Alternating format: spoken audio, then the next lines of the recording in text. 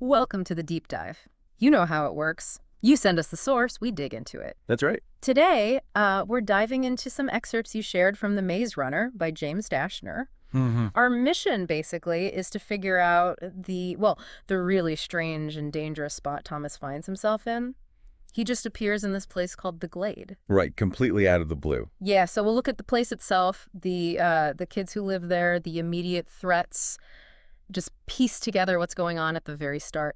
Okay, let's get into this pretty unsettling beginning. Well, what hits you first is just how disoriented Thomas is. He's in this box, sorry, going up, total darkness, Yeah. and it just jolts to a stop. Yeah. And the book really, like, hammers home his panic. Oh, absolutely. Like, Right? fumbling around, hearing his own sounds, and Yeah. echoing that bit about his heart trying to escape. Yeah. It really puts you there. It's genuine nightmare fuel, isn't it? Waking up like that, zero idea where you are. Exactly. And then, whoosh, that line of light, the grating sound as the doors open above him.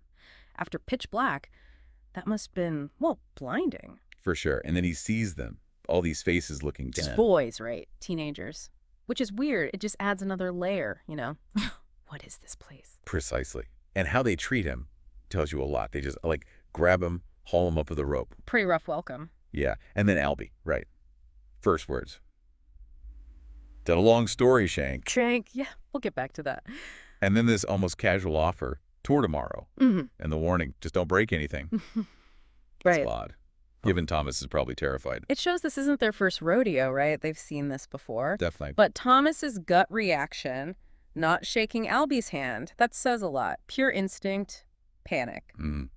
And that thought, just go with it. Trying to find some way to cope. Yeah, that survival instinct kicking in even when you're completely lost. And the language, like you said. Yeah. Shank, just thrown out there. Yeah. Instantly tells you this is a closed group. They have their own way of talking. Right. And Alby saying, we don't kill Shanks, but then immediately try and avoid being killed. Huh. Yeah, mixed messages much. Seriously, it highlights the danger even if they aren't the direct threat themselves. And then Alby seems nervous, saying Thomas is the first green bean since Nick was killed. Oof. Okay, so someone died recently. That adds weight. This isn't just some weird club. No way. Then Newt steps in, calls him Greenie. Another term. Yeah. And apologizes for Alby being a clunk for brains. Clunk. Okay, another one for the list. Let's start getting a feel for the personalities, right? Newt seems a bit more approachable, maybe. Seems like it. And Alby's line. Few weeks you'll be happy and helpin'. New life begins tomorrow. Does that sound convincing to you? Not really. It sounds a bit rehearsed. Like maybe they have to believe that. Could be. Trying to convince themselves as much as him. Maybe. Then we meet Chuck, the last green bean. The slightly less new guy. Exactly. He sort of becomes Thomas's initial guide. Yeah. That's how things work, I guess.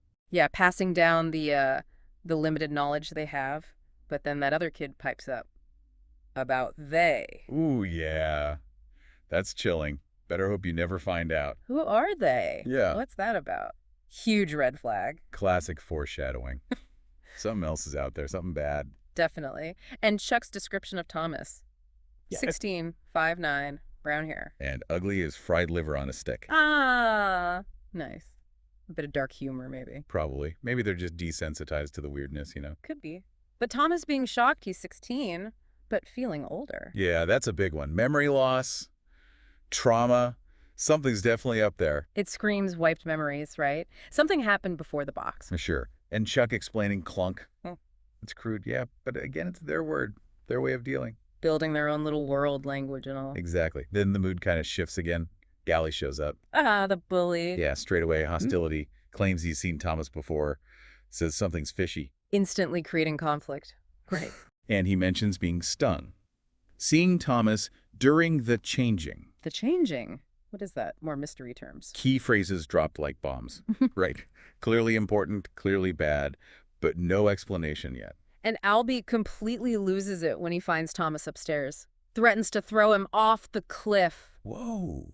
Yeah, that seems extreme for just being upstairs. It tells you the rules there are serious. Like, maybe life and death serious. You don't mess around.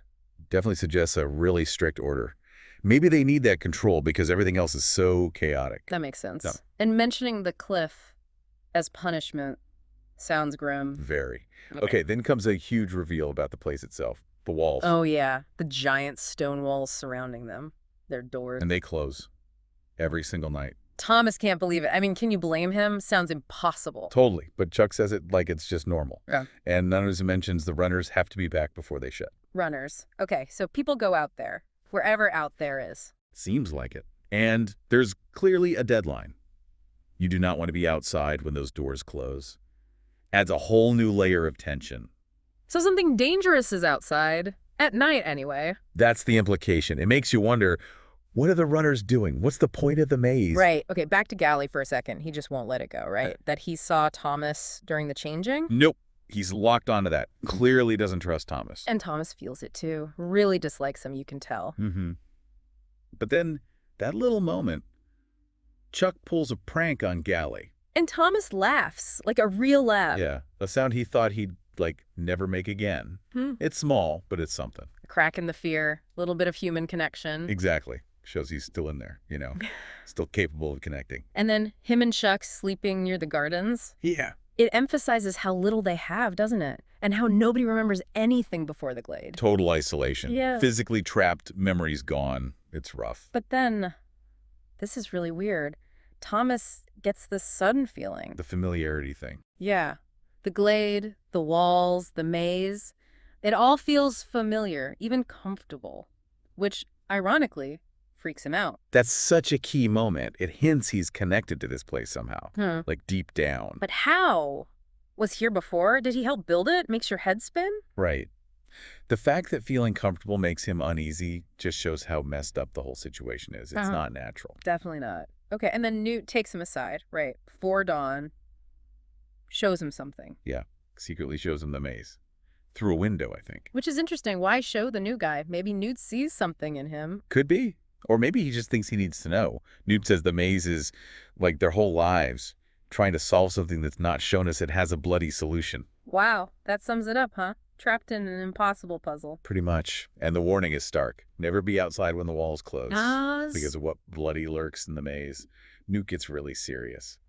Terrified, even. This isn't a joke. Okay, so definite monsters out there. Seems like it. He basically says their whole purpose is find our way out, Greenie, solve the bug in maze, and find our way home. So that's the goal. Escape through the maze. Yep. And Thomas is left feeling scared, obviously, but also curious about these.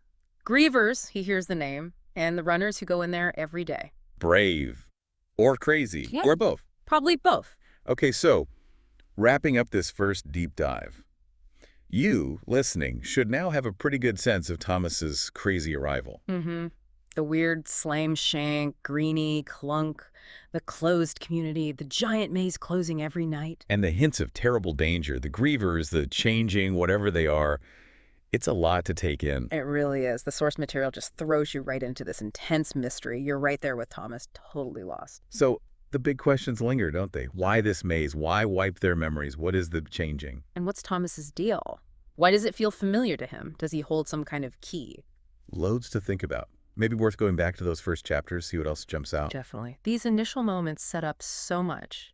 Absolutely. So keep pondering those questions until our next deep dive. Stay curious.